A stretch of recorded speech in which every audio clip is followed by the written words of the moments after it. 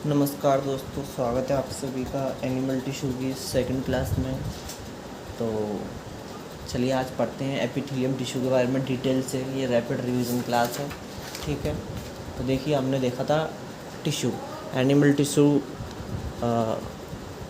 कार्य के आधार पर on the basis of function इनको 4 भागों में बांटा गया है: epithelial tissue, connective tissue, muscular tissue and nervous tissue. Epithelium tissue जो हमारे शरीर का 10% भाग बनाता है, 10% ऑफ आवर बॉडी वेट होता है, ठीक है। ये उत्पत्ति में एक्टोडर्मल होता है, मेसोडर्मल, एंडोडर्मल, मतलब तीनों जर्म लेयर से मिलकर बना हो सकता है। ये एपिथेलियम टिश्यू तीनों जैनिक स्तर से, एक्टोडर्म, मेसोडर्म, एंडोडर्म तीनों से मिलकर बना हो सकता है, या फिर ये सिर्फ एक्टोडर्म से मिलकर बना हो सकता है, सिर्फ मेसोडर्म से मिलकर बना हो सकता है, या सिर्फ एंडोडर्म से मिलकर बना हो सकता है। एपिथेलियल टिश्यू का कार्य होता है सुरक्षात्मक परत बनाना। ये एम्ब्रियोनिक डेवलपमेंट के दौरान सबसे पहले बनता है और दूसरे अंगों से बचाने के लिए एक सुरक्षात्मक परत बनाने का काम करता है, या सुरक्षात्मक परत बनाता है, ठीक है। प्रोटेक्शन लेयर बनाने का काम करता है। इसमें रीजनरेशन की पावर होती है, इसमें पुनरुद्भवन की क्षमता होती है। यदि यह डैमेज हो जाता है किसी भी कारणवश तो यह रीजनरेट हो सकता है, ठीक है। इसमें पुनरुद्भवन की क्षमता होती है, ठीक है। आप देखिए कनेक्टिव टिश्यू। कनेक्टिव टिश्यू क्या होता है? संयोजी ऊतक। ये हमारे शरीर का 30% भाग बनाता है, 30% ऑफ आवर बॉडी वेट, और इसका उत्पत्ति में मेसोडर्म होता है। मतलब हमारे शरीर की ज़्यादातर इंटरनल स्ट्रक्चर मेसोडर्म से बनी होती हैं। तो जो कनेक्टिव टिश्यू भी होगा मेसोडर्म से मिलकर बना हो सकता है, और कनेक्टिव टिश्यू मेसोडर्म से मिलकर बना हो सकता है। इसका काम होता है संरचना को जोड़ना या पदार्थों का परिवहन,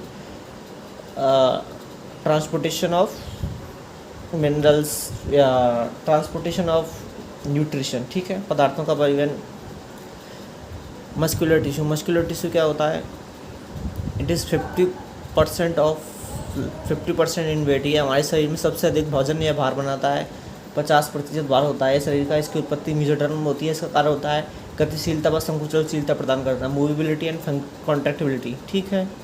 ये मेसोडर्म से बनकर होता है, मतलब कनेक्टिव टिश्यू और मस्कुलर टिश्यू दोनों मेसोडर्म से मिलकर बने होते हैं, ठीक है। इसके अंदर कनेक्टिव टिश्यू की जितनी भी सेल्स हैं वो मेसोडर्म से ज़्यादातर बनकर बनी होती हैं। अब देखिए नर्वस टिश्यू। नर्वस टिश्यू क्या होता है? तंत्रिका ऊतक। तंत्रिका ऊतक क्या होता है? ये हमारे शरीर का 10% भाग बनाता है, 10% ऑफ अवर बॉडी वेट, और ये उत्पत्ति में एक्टोडर्मल होता है, और इसमें पुनरुद्भवन नहीं होता, इसमें रीजनरेशन की पावर नहीं होती। एक बार एक्टोडर्म नर्वस टिश्यू की जो नर्व सेल है एक बार डैमेज हो जाती हैं तो वापस नहीं बनती है, ठीक है। इसका कार्य होता है तंत्रिका आवेगों द्वारा अंगों पर नियंत्रण। ये नर्व इम्पल्स के द्वारा एक दूसरे शरीर के अन्य भागों पर नियंत्रण करने का काम कौन करता है? नर्वस टिश्यू या तंत्रिका ऊतक। अब देखिए हम एपिथेलियम के बारे में डिटेल से देखते हैं, इसकी भी डिटेल जानकारी।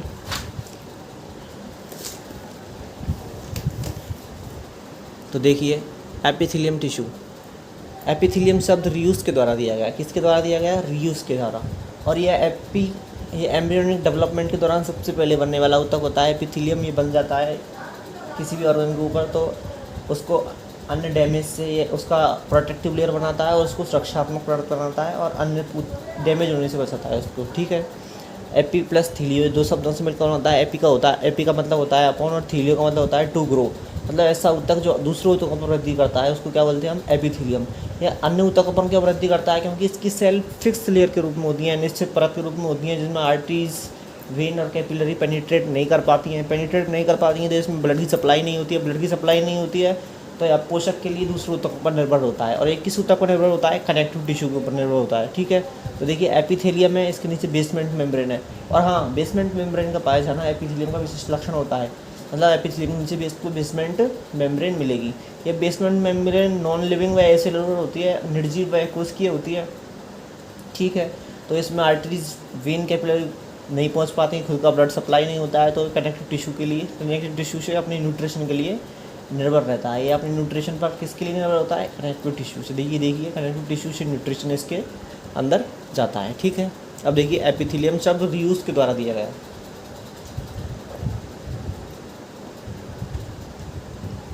किसने दिया एपिथेलियम शब्द? रियूस ने। यह एक ऐसा ऊतक है जो हमेशा संयोजी ऊतक पर वृद्धि करता है। ये हमेशा कनेक्टिव टिश्यू के ऊपर वृद्धि करता है, क्योंकि इसमें आर्टरीज एंड कैपिलरीज पेनिट्रेट नहीं कर पाती हैं, इसमें ब्लड सप्लाई नहीं होती है। एपिथेलियम टिश्यू भ्रूणीय परिवर्तन के दौरान सबसे पहले बनने वाला ऊतक है। एम्ब्रियोनिक डेवलपमेंट के दौरान सबसे पहले कौन सा टिश्यू बनता है? Epithelium tissue. इसकी कोशिकाएं एक निश्चित परत के रूप में व्यवस्थित होती हैं, एक फिक्स लेयर के रूप में व्यवस्थित होती हैं, जिनके बीच में कोई भी इंटरसेलुलर स्पेस या अंतर कोश के अवकाश नहीं होते हैं। इसी कारण इसमें धमनी शिरा कोशिकाएं arteries when and capillary penetrate नहीं कर पाती हैं, एब्सेंट होती हैं।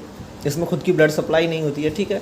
तो बेसमेंट मेम्ब्रेन का पाया जाना एपिथेलियम का विशिष्ट लक्षण है। ये एपिथेलियम का विशिष्ट लक्षण है इस बेसमेंट मेम्ब्रेन का पाया जाना। एपिथेलियम के जस्ट नीचे बेसमेंट मेम्ब्रेन पाई जाती है। यह बेसमेंट मेम्ब्रेन नॉन लिविंग एसेलुलर होती है, निर्जीव आकोशिकीय होती है। बेसमेंट मेम्ब्रेन का ऊपर का भाग जो एपिथेलियम की ओर होता है वह फाइब्रस लेमिना कहलाता है, और बेसमेंट मेम्ब्रेन का वह भाग जो कनेक्टिव टिश्यू की ओर होता है वह बेसल लेमिना कहलाता है। जो फाइब्रस लेमिना होता है वह ग्लाइकोप्रोटीन की बनी हुई लेयर होती है, और जो बेसल लेमिना होती है वो म्यूकोपॉलीसैकेराइड का बना होता है, या हाइलुरोनिक एसिड का बना होता है, ठीक है। हम ऐसे बोल सकते हैं कि एपिथेलियम कुछ भाग बेसमेंट मेम्ब्रेन का इस एपिथेलियम से बन के बना होता है, और कुछ भाग इस बेसमेंट मेम्ब्रेन का बेसल लेमिना से मिलकर बना होता है, ठीक है। ऐसे भी बोल सकते हैं हम, ठीक है। अब देखिए नोट, एपिथेलियम की कोशिकाओं में सेल मेम्ब्रेन एक दूसरे से विभिन्न संरचनाओं द्वारा जुड़ी होती हैं। ये फिक्स लेयर के रूप में जुड़ी होती हैं, तो इनकी विभिन्न संरचनाओं के द्वारा आपस में एक दूसरे से जुड़ी होती हैं। जैसे कि डेस्मोसोम है आपका, गैप जंक्शन और टाइप जंक्शन है। डेस्मोसोम क्या होता है? डेस्मोसोम बटन समान संरचना होती है जिन्हें डेस्मोसोम कहते हैं। दो सेल आप पास आती हैं और एक बटन समान संरचना बनाती हैं जिससे डेस्मोसोम कहते हैं। इसमें प्रोटीन के फाइबर निकले हुए होते हैं जिन्हें हम टोनोफिलामेंट कहते हैं। इनका कार्य होता है पोषक पदार्थों का परिवहन का। ये गति करते हैं और पोषक पदार्थ एक सेल से दूसरी सेल में जा पाते हैं, ठीक है। अब देखिए गैप जंक्शन क्या होता है?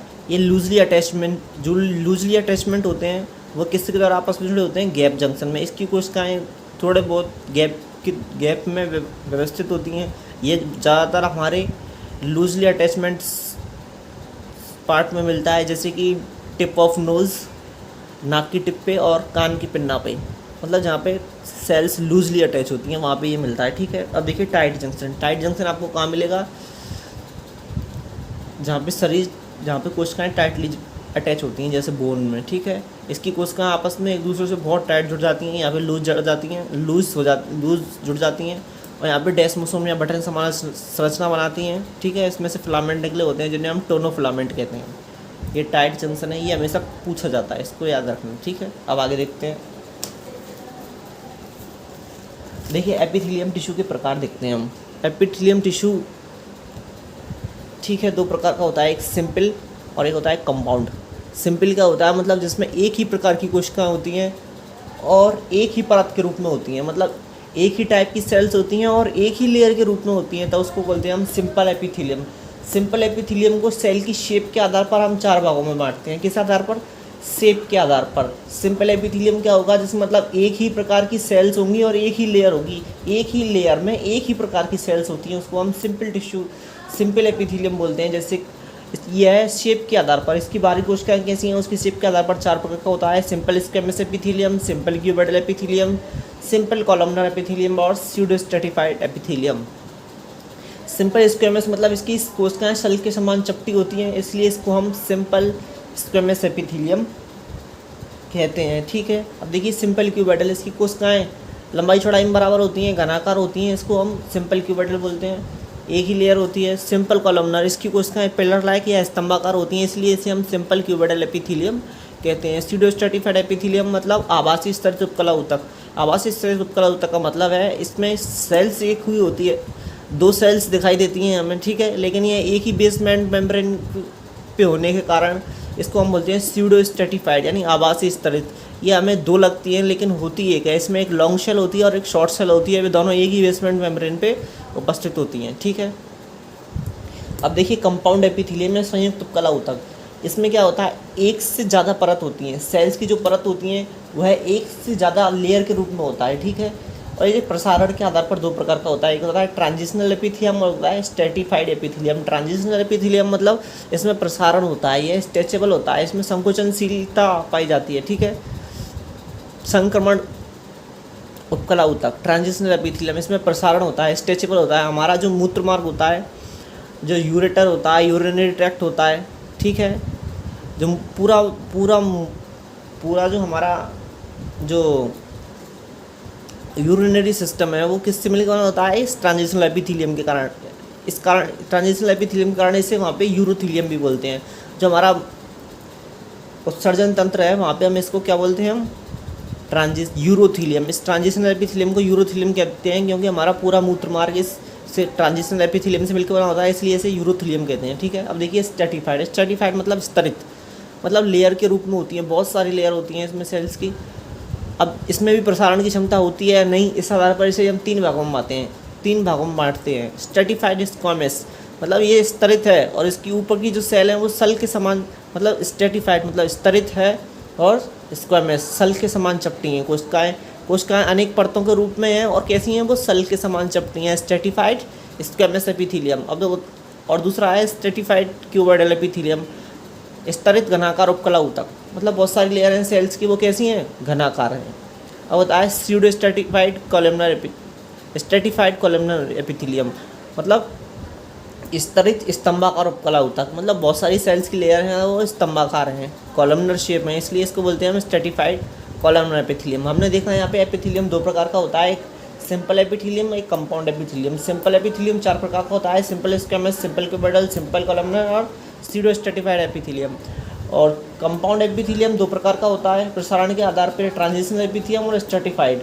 ट्रांजिशनल एपिथेलियम को हम अपने यूरिनरी ट्रैक्ट में बोलते हैं यूरोथीलियम, क्योंकि पूरा यूरिनरी ट्रैक्ट इस ट्रांजिशनल एपिथेलियम से मिलकर बना होता है। अब देखिए स्ट्रैटिफाइड को 3 भागों में बांटते हैं हम, stratified squamous, stratified cuboidal, stratified columnar. ठीक है, अब देखते हैं, हम पढ़ते हैं सिंपल स्क्वैमस एपिथेलियम, सरल शल्की उपकला ऊतक। ये क्या होता है, इस टिश्यू की कोशिकाएं एक सल के समान चपटी होती हैं, स्केली फ्लैट सेल्स होती हैं जिनमें एक चपटा फ्लैट न्यूक्लियस प्रेजेंट होता है। इसकी सेल्स फर्श में लगी टाइल्स के समान दिखाई देती हैं, इस कारण इसे खड़ंजी उपकला ऊतक, पेवमेंट टिश्यू या खंडजी उपकला ऊतक, खड़ंजी उपकला ऊतक, पेवमेंट टिश्यू कहते हैं, मतलब टाइल्स के समान दिखाई देता है। इसकी कोशिकाएं सेल के समान चपटी होती हैं, इनमें फ्लैट न्यूक्लियस होता है, फ्लैट सेल होती हैं, ये ऐसी लगती हैं जैसे टाइल्स बिछी हुई हों, इसलिए इसको बोलते हैं हम खड़ंजी उपकला ऊतक। ठीक है, कुछ स्थानों पर इस ऊतक की कोशिकाएं लहरदार दिखाई देती हैं, इस कारण इसे तरंगित उपकला ऊतक, टेंसिलेटेड एपिथेलियम भी कहते हैं, क्योंकि कुछ स्थानों पर यह तरंगित दिखाई देता है। ठीक है,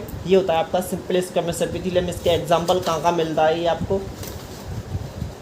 तो देखिए यह ऊतक मुख्यतः विसरण से और निस्यंद से, डिफ्यूजन, विसरण मतलब डिफ्यूजन से, और निस्यंद मतलब फिल्ट्रेशन से संबंधित होता है। ठीक है, अब देखिए विसरण क्या होता है, अधिक सांद्रता से निम्न सांद्रता की ओर पदार्थ के कणों की गति क्या कहलाती है, विसरण कहलाती है। ठीक है, जैसे गैसों में विसरण का गुण पाया जाता है। ठीक है, जब हम प्लांट वाटर ऑब्जर्वेशन पढ़ते हैं, मतलब जड़ों में पानी का अवशोषण होता है, तो मतलब भूमि के अंदर ज़्यादा जल होता है, जड़ के अंदर कम होता है, तो विसरण क्रिया द्वारा वो कहाँ चला जाता है, जड़ में।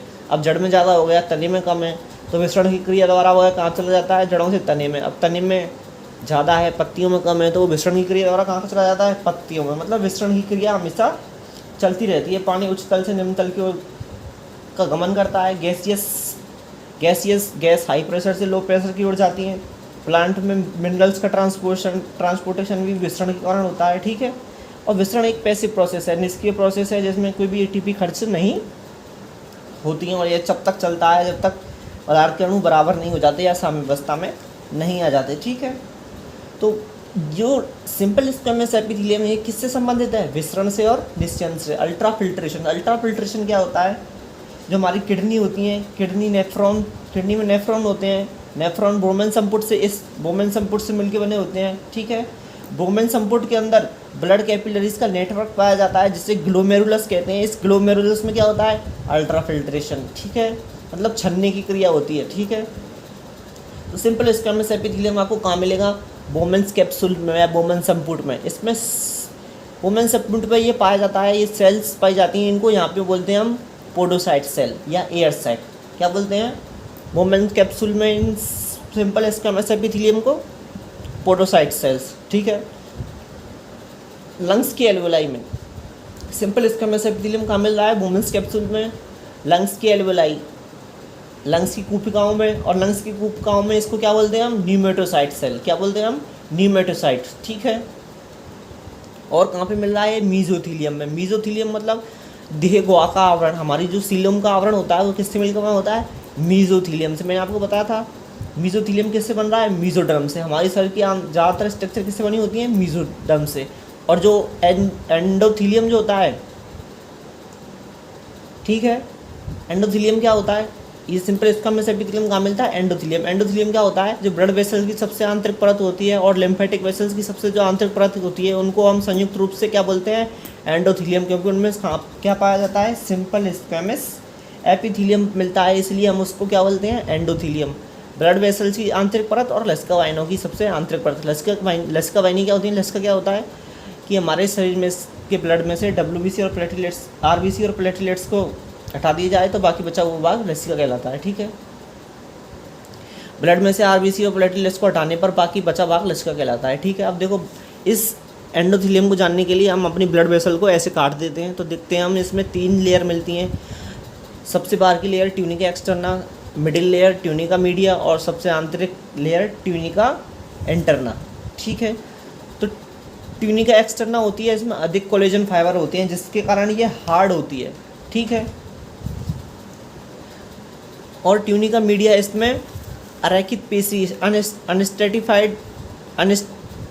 अनस्टेटेड मसल्स होती हैं, अरेखित पेशी होती हैं जिसमें ये संकुचलशीलता आती है, इसमें कॉन्ट्रैक्टिबिलिटी आती है, ठीक है। संकुचलशीलता का गुण आता है। और सबसे आंतरिक परत होती है ट्यूनिका मीडिया। ट्यूनिका मीडिया क्या होती है? इसी को हम एंडोथीलियम कहते हैं। क्या बोलते हैं इसको? एंडोथीलियम, क्योंकि ये किससे मिलकर बनी होती है?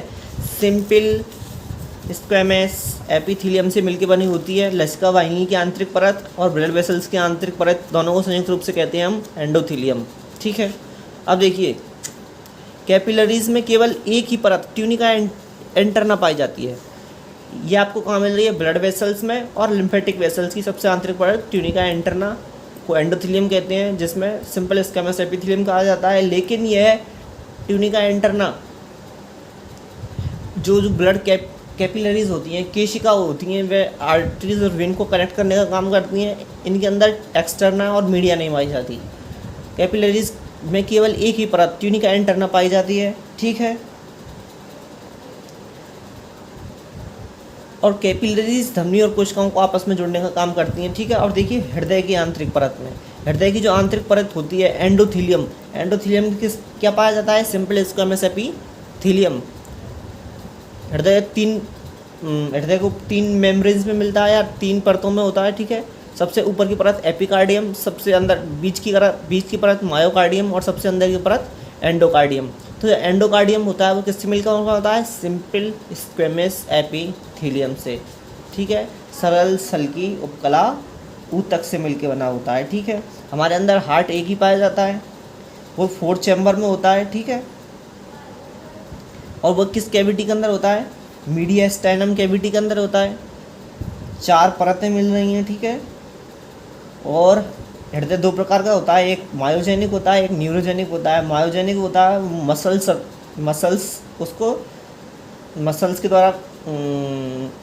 मसल्स के द्वारा वो कॉन्ट्रैक्शन होता है उसमें, ठीक है। और एक न्यूरोजेनिक होता है जिसमें न्यूरॉन्स के द्वारा कॉन्ट्रैक्शन होता है, ठीक है। हमारे हृदय में कोई भी हड्डी पाई नहीं जाती है, लेकिन जो हिरण होता है, हिरण के हृदय में हड्डी पाई जाती है, ठीक है। तो दिल सिर्फ हिरण का टूट सकता है, इंसान का नहीं, ठीक है। देखिए आगे देखते हैं हमने देखा सिंपल स्क्वैमस एपिथेलियम। हमारा नेक्स्ट है सिंपल क्यूबोइडल एपिथेलियम या सरल घनाकार उपकला ऊतक। सरल घनाकार उपकला ऊतक किसे कहते हैं? कि इसकी कोशिकाएं लंबाई चौड़ाई में बराबर होती हैं, ठीक है। इसकी सेल्स लंबाई चौड़ाई में बराबर होती हैं, जिनमें एक गोलाकार केंद्रक होता है। कुछ स्थानों पर इसे जर्मिनल एपिथेलियम या जननिक उपकला ऊतक कहा जाता है। क्यों जननिक? कुछ स्थानों पर, कुछ स्थान कैसे हैं? मतलब जो हमारे टेस्टिस का जो जिससे स्पर्म बनते हैं वो लेयर कौन सी होती है? ये जर्मिनल एपिथेलियम होती है, उसमें सरल घनाकार उपकलाएं होती हैं।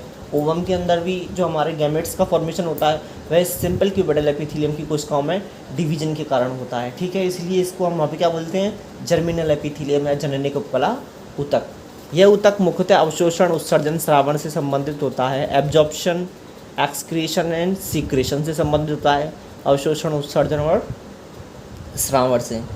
तो ठीक है, ये कहाँ पे मिलेगा? जहाँ पे ये तीनों क्रियाएं होती हों, अवशोषण हो रहा हो, उत्सर्जन हो रहा हो या स्रावण हो रहा हो, सीक्रेशन हो रहा हो, वहाँ पे ये क्या मिलेगा आपको? Simple cuboidal epithelium. जैसे कि हमारी थायराइड ग्लैंड की वेसिकल्स में, थायराइड ग्रंथि की पुटिकाओं में, ठीक है, या जितनी भी हमारे हम शरीर के अंदर ग्रंथि होती हैं उनमें सीक्रेशन होता है, वहाँ पे कौन सी कोशिकाएं होती हैं, सिंपल क्यूबेडल, ठीक है, ज़्यादातर, कहीं कहीं अलग भी होता है, ठीक है। अब देखिए पेनक्रियाज की एसिनाई में, अग्नाशय ग्रंथि की एसिनाई में। अब ये एसिनाई क्या होता है, हमारी थायराइड ग्लैंड होती है, ठीक है, ये तीन प्रकार की ग्लैंड होती हैं हमारे शरीर के अंदर, एंडोक्राइन, एक्सोक्राइन और मिक्स ग्लैंड में सबसे बड़ी ग्रंथि कौन सी है, ये पेनक्रियाज, ठीक है। और ये पाचक ग्रंथियों में सबसे बड़ी ग्रंथि कौन सी है, पेनक्रियाज। पेनक्रियाज के दो भाग होते हैं, एक होता है इसका एक्सोक्राइन पार्ट और एक होता है एंडोक्राइन पार्ट, ठीक है। 99% पार्ट एक्सोक्राइन होता है और 1% पार्ट केवल एंडोक्राइन होता है, ठीक है। तो जो एक्सोक्राइन पार्ट है उसके निर्माण करने में जो सेल्स भाग लेती हैं उनको हम बोलते हैं एसिनाई। पेनक्रियाज के एक्सोक्राइन पार्ट को निर्माण करने वाली सेल्स होती हैं हमारी एसिनाई, ठीक है। ये पेनक्रियाटिक जूस फॉर्मेशन करती हैं। और जो एंडोक्राइन पार्ट होता है उसमें लैंगरेंस दीप कोशिकाएं होती हैं, जैसे कि अल्फा बीटा गामा, जो कि इंसुलिन, ग्लूकागॉन, सोमेटोस्टेटिन, गैस्ट्रिन जैसे हार्मोन का स्रावन करती हैं। तो वहाँ पे कौन सी ग्लैंड, इस ग्लैंड की, पेनक्रियाज की जो एसिनाई है वहाँ पे क्या मिल रहा है आपको, सिंपल क्यूबेडल एपिथेलियम। थायराइड ग्लैंड की वेसिकल्स में क्या मिल रहा है आपको, सिंपल क्यूबेडल एपिथेलियम। और डक्ट ऑफ सलाइवरी ग्लैंड, लार ग्रंथि की नलिकाओं में क्या मिल रही है आपको, सिंपल क्यूबेडल या सरल घनाकार उपकला ऊतक। अब लार ग्रंथि हमारे अंदर कितनी होती है, ह्यूमन के अंदर 3 जोड़ी होती हैं, parotid salivary gland, sublingual salivary gland और सबमेंडिबल या सबमैक्सिलरी सलाइवरी ग्लैंड, ठीक है। पैरोटिड सलाइवरी ग्लैंड की डक्ट क्या होती है, स्टेंसिस डक्ट। पैरोटिड सलाइवरी ग्लैंड कौन सी होती है, जो हमारे कान के नीचे मिलती है, इसकी डक्ट होती है एक्सटेंशन डक्ट। एक्सटेंशन डक्ट में क्या मिलेगा आपको, सिंपल क्यूबेडल एपिथेलियम।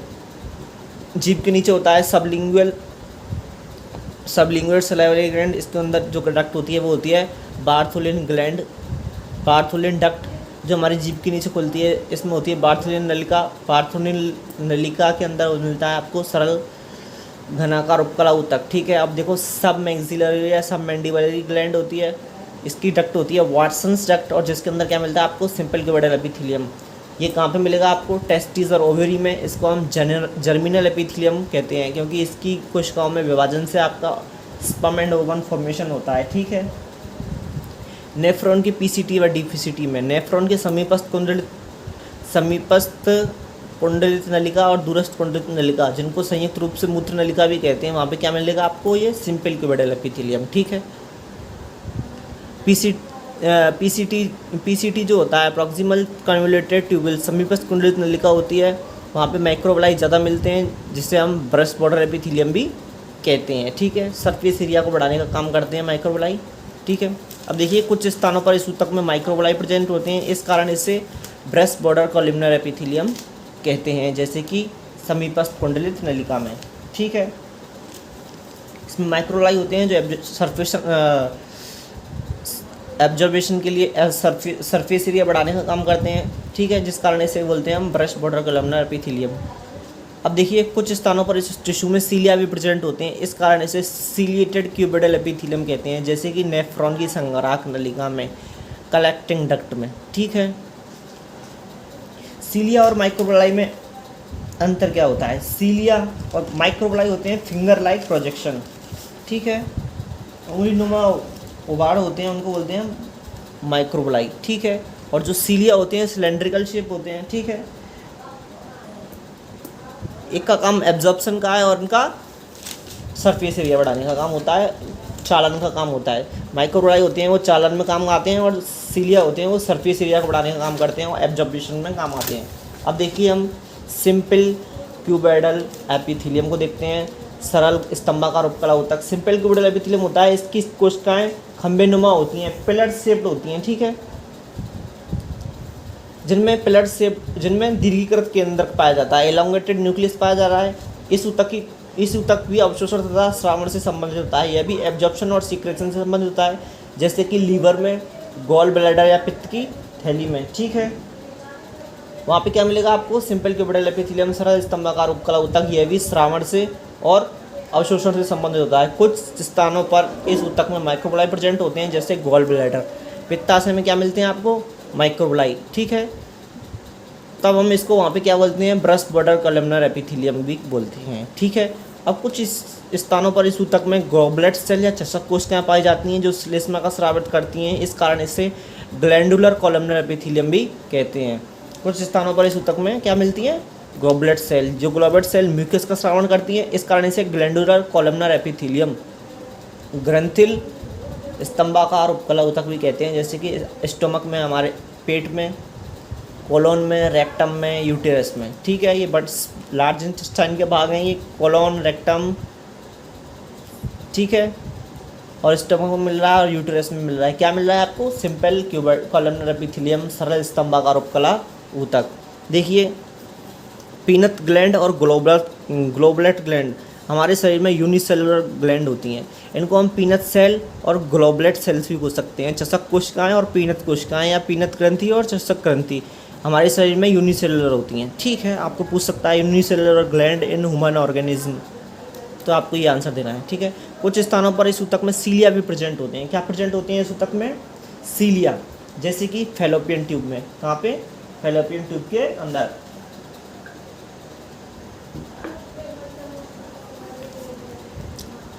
और देखिए मस्तिष्क और मेरुरज्जु के अंदर सीलिया युक्त कॉलमनर एपिथेलियम को ही हम क्या बोलते हैं, एपेंडाइमल एपिथेलियम, ठीक है। ये वहाँ पे क्या करती हैं, सीलिया CSF को ट्रांसपोर्ट करने का काम करते हैं। सेरिब्रो स्पाइनल फ्लूइड, हमारे ब्रेन के अंदर 3 पार्ट होते हैं, ये जो 4 पार्ट आपको दिख रहे हैं, ठीक है। इनके अंदर एपिथेलियम टिश्यू ये पाया जा रहा है, क्या, एपेंडाइमल एपिथेलियम, इसको क्या बोलते हैं इनके अंदर, एपेंडाइमल एपिथेलियम। इस सिंपल कॉलमनर एपिथेलियम को ही क्या बोल रहे हैं इसके अंदर, एपेंडाइमल एपिथेलियम। जैसे हमारे सेरेब्रम में क्या मिलता है आपको, पैरासील वेंट्रिकल मिलती है। हमारे शरीर के जो खोखले स्ट्रक्चर होते हैं उनको हम वेंट्रिकल बोलते हैं, ठीक है। तो जो सेरेब्रम होता है उसमें पैरासील वेंट्रिकल मिलती है, ठीक है। डायंसेफेलॉन के अंदर मिलती है आपको डायोसील वेंट्रिकल, ठीक है। और मेडुला ऑब्लांगेटा के अंदर मिलती है आपको मेटासील वेंट्रिकल, ठीक है। और मेरुरज्जु में मिलती है आपको न्यूरोसील वेंट्रिकल। जो हमारे शरीर के अंदर जो खाली, जो मतलब ब्रेन के अंदर जो खाली स्ट्रक्चर है इनको वेंट्रिकल बोल रहे हैं, जिनके अंदर कौन सा एपिथेलियम मिल रहा है आपको, जिसके अंदर ये सिंपल कॉलमनर एपिथेलियम मिल रहा है। इस सिंपल कॉलमनर एपिथेलियम को यहाँ पे हम क्या बोलते हैं, एपेंडाइमल एपिथेलियम। ये क्या करते हैं, सेरेब्रो स्पाइनल फ्लूइड को ट्रांसपोर्ट करने का काम करते हैं, ठीक है। देखिए, और देखिए कुछ स्थानों पर इस ऊतक में स्टीरियोसीलिया भी पाए जाते हैं, ठीक है। स्टीरियोसीलिया कहाँ पे मिलते हैं आपको, एपिडिडाइमस में और वासा डिफरेंस में, अधिवषण में और शुक्रवाहिनी में। अधिवषण क्या करता है, शुक्राणुओं को कुछ देर रोककर उनके लिए ग्लाइकोजन के रूप में भोजन प्रदान करने का काम करता है, और शुक्राणुओं को कुछ देर के लिए स्टोर करता है, ठीक है। अब देखिए स्यूडोस्टेटिफाइड एपिथेलियम, आवासीय स्तरित उपकला ऊतक। स्यूडोस्टेटिफाइड एपिथेलियम हम किसको बोलेंगे कि इसमें सेल्स की आकृति पिलर शेप होती हैं, खंबेनुमा होती हैं। इस टिश्यू की सेल्स के बीच में ग्लोबेट सेल्स, चषक कोशिकाएं पाई जाती हैं, जैसे ट्रैकिया में, श्वास नली में और ब्रेंक्यूल श्वसनिकाओं में। इसको हम स्यूडोस्टेटिफाइड क्यों बोलते हैं, क्योंकि इसमें 2 सेल्स दिखाई देती हैं, लेकिन एक ही बेसमेंट मेम्ब्रेन पे होने के कारण इसको एक ही माना जाता है, ठीक है। इसमें एक में लॉन्ग सेल होता है, एक शॉर्ट सेल होती है, जिसमें, ठीक है, लॉन्ग न्यूक्लियस होता है और इसमें थोड़ा शॉर्ट भी होता है, ठीक है, गोलाकार होता है, इसमें इलॉन्गेटेड होता है। इसको बोलते हैं स्यूडोस्टेटिफाइड एपिथेलियम, आवासीय स्तरित उपकला ऊतक। क्योंकि यह होती एक ही है लेकिन हमें स्तरित दिखाई देती है, आवासीय इसलिए बोलते हैं हम इसको आवासीय स्तरित उपकला ऊतक, ठीक है। इसकी सेल्स की आकृति पिलर शेप या खंबेनुमा होती है। इस टिश्यू की सेल्स के बीच ग्लोबट सेल, चषक कोशिकाएं पाई जाती हैं, जैसे ट्रैकिया और श्वसनिकाओं में, ठीक है। थोड़ा सा और है, देखो हमने सिंपल एपिथेलियम देख लिया, अब देखते हैं हम कंपाउंड एपिथेलियम। कंपाउंड एपिथेलियम में क्या होता है, सेल्स की एक से ज़्यादा परत होती हैं, ठीक है, और कई सारी शेप की सेल्स हो सकती हैं, ठीक है, और सेल्स की शेप ज़्यादा हो सकती है और सेल्स की लेयर ज़्यादा होती है, तब उसको बोलेंगे कंपाउंड एपिथेलियम। कंपाउंड एपिथेलियम में क्या होगा,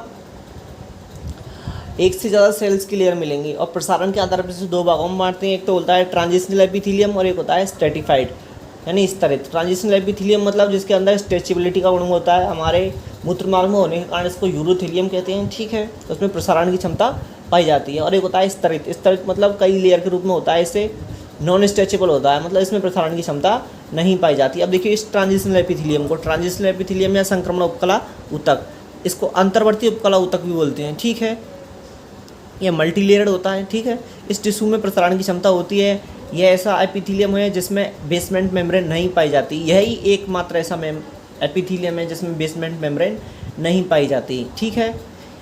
ये याद रखने की बात है। इसे यूरिनरी ट्रैक्ट, मूत्र मार्गों में सबसे ज़्यादा होने के कारण इसे यूरोथीलियम कहते हैं। जैसे कि यहाँ मिल रहा है हमारे यूरेटर में, मूत्रवाहिनी में, रियल पेल्विस में, यूरिनरी ब्लैडर में, ठीक है। ये हमारी दो किडनीज़ हैं, एक लेफ़्ट किडनी और एक राइट किडनी। लेफ़्ट किडनी थोड़ी ऊपर होती है, राइट किडनी थोड़ी नीचे होती है, ठीक है। लेफ़्ट इस किडनी का विभाग जो इस मूत्रवाहिनियों से जुड़ा होता है इसको हम बोलते हैं हाइलम या नाभिका, ठीक है। और हाइलम का विभाग जो थोड़ा ऊपर से यहाँ इधर जुड़ रहा है वहाँ से चौड़ा होता है, इसको बोलते हैं हम पेल्विस, ठीक है। क्या बोलते हैं? पेल्विस। इसको बोलते हैं हम हाइलम या हाइलस, जहाँ से ये जुड़ता है उसको हाइलम या हाइलस बोलते हैं। और इस मूत्रवाहिनी का विभाग जो यहाँ से चौड़ा होता है, जहाँ से जुड़ा होता है, इसको बोलते हैं हम पेल्विस, ठीक है। ये मूत्रवाहिनी और यूरिनरी ब्लैडर है। हमारे मनुष्य की यूरिन होल्डिंग कैपेसिटी 750 ml है। और ये पूरा ट्रैक्ट किससे मिलकर बना होता है? इस एपिथेलियम से। इसको बोलते हैं हम ट्रांजिशनल एपिथेलियम और यहाँ पे इसको बोलते हैं हम यूरोथीलियम। क्या बोलते हैं इसको? यूरोथीलियम। आगे देखते हैं हम सिंपल स्क्वैमस एपिथेलियम, नहीं स्ट्रैटिफाइड स्क्वैमस एपिथेलियम, स्तरित सल्की उपकला ऊतक। इस ऊतक की कोशिकाएं, मतलब ये स्तरित है, मतलब मल्टीलेयर है। फिर इसको हम सल्की क्यों बोल रहे हैं? क्योंकि सेल्स की लेयर कितनी भी हो सकती हैं, लेकिन ऊपर की जो सेल्स है, ऊपर की जो लेयर है वो स्केली फ्लैट सेल्स होती हैं, इसलिए हम इसको बोलते हैं सरल स्तरित सल्की उपकला ऊतक। मतलब ऊपर की जैसी सेल होंगी हम उसको वैसा ही नाम देंगे, ठीक है। अगर ये स्ट्रैटिफाइड स्क्वैमस एपिथेलियम, स्तरित सल्की उपकला ऊतक, स्तरित सल्की किसको बोलेंगे हम? कि मतलब इसमें कई सारी सेल्स की लेयर हो सकती हैं, ठीक है। लेकिन स्तरित मतलब स्ट्रैटिफाइड, बहुत सारी लेयर हो सकती हैं। सल्की ऊपर वाली लेयर, सबसे ऊपर वाली लेयर आपको स्केली फ्लैट सेल्स मिलेंगी, आपको चपटी मिलेंगी, इसलिए इसको बोलते हैं हम स्तरित सल्की उपकला ऊतक, स्ट्रैटिफाइड स्क्वैमस एपिथेलियम। इस ऊतक की कोशिका अनेक परतें के रूप में होती हैं जो आपस में डेस्मोसोम द्वारा जुड़ी होती हैं। मैंने आपको बताया था डेस्मोसोम। इसमें से सबसे बाह्य परत की सेल्स सल के समान चपटी होती हैं, स्केली फ्लैट सेल्स होती हैं, जबकि अंदर की सेल्स परतें बहुभुजीय, पॉलीगोनल, अंदर की परतें पॉलीगोनल, हेक्सागोनल, स्फेरिकल, क्यूबॉइडल कैसी भी हो सकती हैं, लेकिन ऊपर की सेल्स कैसी होंगी? सल के समान चपटी होती हैं, ठीक है। तो अंडाकार हो सकती हैं, लेकिन ऊपर की परत, सबसे ऊपर की बाह्य परत सल के समान चपटी होती है, ठीक है। इस ऊतक में सबसे अधिक सेल डिवीजन होते हैं, जिससे यह नई नई परतों का निर्माण करता है, अतः इसे जर्मिनेटिव एपिथेलियम, अंकुरक उपकला ऊतक कहते हैं, ठीक है। क्यों बोलते हैं इसको अंकुरक उपकला ऊतक? क्योंकि इसमें सेल डिवीजन होते हैं। इस ऊतक में सबसे अधिक सेल डिवीजन होती हैं, जिससे नई नई परतों का निर्माण होता है, इसे जर्मिनेटिव एपिथेलियम कहते हैं, अंकुरक उपकला ऊतक कहा जाता है। इस टिश्यू में केराटिन प्रोटीन का जमाव हो जाता है, तो इसे केराटिनाइज्ड टिश्यू, केराटिनीकृत टिश्यू बोलते हैं, ठीक है। जैसे कि हमारे एपिडर्मिस में जो एक्सोस्केलेटन पार्ट होता है शरीर में, नाखून, सींग, खुर, चोंच, पंजे जो होते हैं, ठीक है, वो क्या है कि इस एपिथेलियम की जो टिश्यू में अगर केराटिन प्रोटीन का जमाव हो जाता है, तब इसे क्या बोलते हैं हम? कभी ये इसका स्पेसिफिकेशन है, मतलब जो स्ट्रैटिफाइड स्क्वैमस एपिथेलियम की कोशिकाओं में केराटिन का जमाव हो सकता है, तब उसको जैसे एक्सोस्केलेटन पार्ट बनता है, जैसे नाखून है, सींग है, खुर, चोंच, पंजे हैं, ठीक है। और ये केराटिन प्रोटीन किसकी बनी होती है? एलाइडिन प्रोटीन की। किससे बल्कि बनी होती है? किससे बनती है केराटिन प्रोटीन? एलाइडिन प्रोटीन से, ठीक है। अब देखिए इस टिश्यू में केराटिन प्रोटीन एब्सेंट होती है तो इसे नॉन केराटिनाइज। अगर इस टिश्यू में केराटिन प्रेजेंट होती है तो इसको बोलते हैं केराटिनाइज्ड स्ट्रैटिफाइड स्क्वैमस एपिथेलियम, जैसे कि हमारे बाल में, नाखून में, ठीक है। और यदि इसके अंदर केराटिन प्रोटीन एब्सेंट होती है तो इसको बोलते हैं नॉन केराटिनाइज। इस टिश्यू में केराटिन प्रोटीन एब्सेंट होती है, इसको नॉन केराटिनाइज्ड एक्रेटिनिक टिश्यू कहते हैं, जैसे कि ओरल कैविटीज़ में। हमारे शरीर की हमारे मुख के अंदर जो कैविटी होती है उसको क्या बोलते हैं हम? ओरल कैविटी का अधिकांश भाग किससे मिलकर बना होता है? इस स्ट्रेटिफाइड स्क्वेमस एपिथेलियम से मिलकर बना होता है। लाइनिंग ऑफ वेजाइना योनि की आंतरिक परत भी किससे मिलकर बनी होती है? स्ट्रेटिफाइड स्क्वेमस एपिथेलियम से मिलकर बनी होती है। और कॉर्निया, जो आँख की जो कॉर्निया है वो किसकी मिलकर बनी होती है? स्ट्रेटिफाइड स्क्वेमस एपिथेलियम की। अब देखते हैं हम स्ट्रेटिफाइड क्यूबोइडल एपिथेलियम। स्तरित घनाकार उपकला ऊतक, मतलब कोष्ठ की जो आंतरिक परतें हैं वो कैसी भी हो सकती हैं, हेक्सागोनल, पेंटागोनल, स्फेरिकल शेप, कैसी भी हो सकती हैं, लेकिन ऊपर की परत कैसी मिलेगी आपको? इसमें क्यूबोइडल। देखिए तो इसमें सबसे बाहर की कोशिकाएं लंबाई चौड़ाई में बराबर होती हैं, जबकि अंदर की कोशिकाएं बहुभुजीय, सबसे बाहर की जो कोशिकाएं होती हैं लंबाई चौड़ाई में बराबर होती हैं, ठीक है, क्यूबोइडल शेप होती हैं। जबकि अंदर की कोशिकाएं बहुभुजीय या अंडाकार हो सकती हैं। यह ऊतक मुख्यतः ग्रंथियों में उपस्थित होता है। कहाँ पे मिलता है आपको? ग्लैंड्स में, जैसे कि स्वेट ग्लैंड की डक्ट में, पसीना ग्रंथि की नलिकाओं में मिलेगा आपको, सेबेसियस ग्लैंड, ऑयल ग्लैंड में। सेबेसियस ग्लैंड कहाँ होती है? हमारे हेयर फॉलिकल के नीचे। सेबेसियस ग्लैंड में, ऑयल ग्लैंड हमारे स्किन में होती हैं, हमारे चेहरे पे होती हैं, ठीक है। और कहाँ मिलेगा आपको? ये मेमोरी ग्लैंड यानी स्तन ग्रंथियों में क्या मिलेगा आपको? स्ट्रेटिफाइड क्यूबोइडल एपिथेलियम, ठीक है। ये भी श्रावण से संबंधित होता है, ठीक है। मैंने आपको बताया था क्यूबोइडल एपिथेलियम के बारे में। जितने भी हमारे शरीर के ग्रंथिल पार्ट होते हैं वहाँ क्यूबोइडल एपिथेलियम है मेनली। आप देखते हैं हम स्ट्रेटिफाइड कॉलमनार एपिथेलियम, स्तरित स्तंभाकार उपकला ऊतक। स्ट्रेटिफाइड कॉलमनार एपिथेलियम स्तरित स्तंभाकार उपकला ऊतक किसे कहेंगे? इस ऊतक की विशेषताएं ऐसी होंगी जैसी इसमें है, सेम ऐसी ही होंगी, लेकिन ऊपर की सेल्स कैसी होंगी आपकी? स्तंभाकार या क्यूबोइडल। इसकी सबसे बाहर की कोशिकाएं खंभे नुमा होती हैं, पिलर शेप होती हैं। अंदर की कोशिकाएं कैसी भी हो सकती हैं, ठीक है, लेकिन सबसे बाहर पिलर नुमा होती हैं, जैसे कि एपिग्लॉटिस में, लैरिंग्स में, कंठ में। इसको लैरिंग्स बोलते हो, कंठ बोल दो, साउंड बॉक्स बोल दो, वहाँ पे क्या मिलेगा आपको? Stratified columnar epithelium. Eustachian tube, कान के अंदर जो कान के पर्दे को फटने से बचाती है, भारी आवाज़, ज़्यादा तेज़ आवाज़ के समय। कौन सी ट्यूब है? Eustachian tube. वहाँ कौन से मिलके ऊतक से मिलके बनी है? स्ट्रेटिफाइड कॉलमनार एपिथेलियम से। गलट और इंटरनल नॉस्ट्रिल्स में मिलती है आपको क्या? स्ट्रेटिफाइड क्यूबोइडल एपिथेलियम, ठीक है। हमारी जो सर्वाइकल कैनाल 4, 5, 6 होती है, जो सर्वाइकल 4, 5, 6 वर्टिब्री होती है, उनके बीच में क्या मिलेगा आपको? ये लैरिंग्स। क्या मिलता है आपको? लैरिंग्स, ठीक है। तो दोस्तों आज के लिए इतना ही। अगर आपको हमारी वीडियो अच्छी लगी हो तो प्लीज़ इसे हमारे चैनल को सब्सक्राइब कीजिए, वीडियो को लाइक कीजिए। आगे के चैप्टर में हम पढ़ेंगे आपके कनेक्टिव टिश्यू जो इस ठीक है, तो टिश्यू का मैंने फंक्शन के आधार पे आपको बताया था आपको। तो ये चौथे टाइप का कनेक्टिव टिश्यू, इसके बारे में हम अगली वीडियो में पढ़ेंगे। हमें लाइक कीजिए, सब्सक्राइब कीजिए, ठीक है, शेयर कीजिए वीडियो को। Please support us. Thank you guys for watching my video.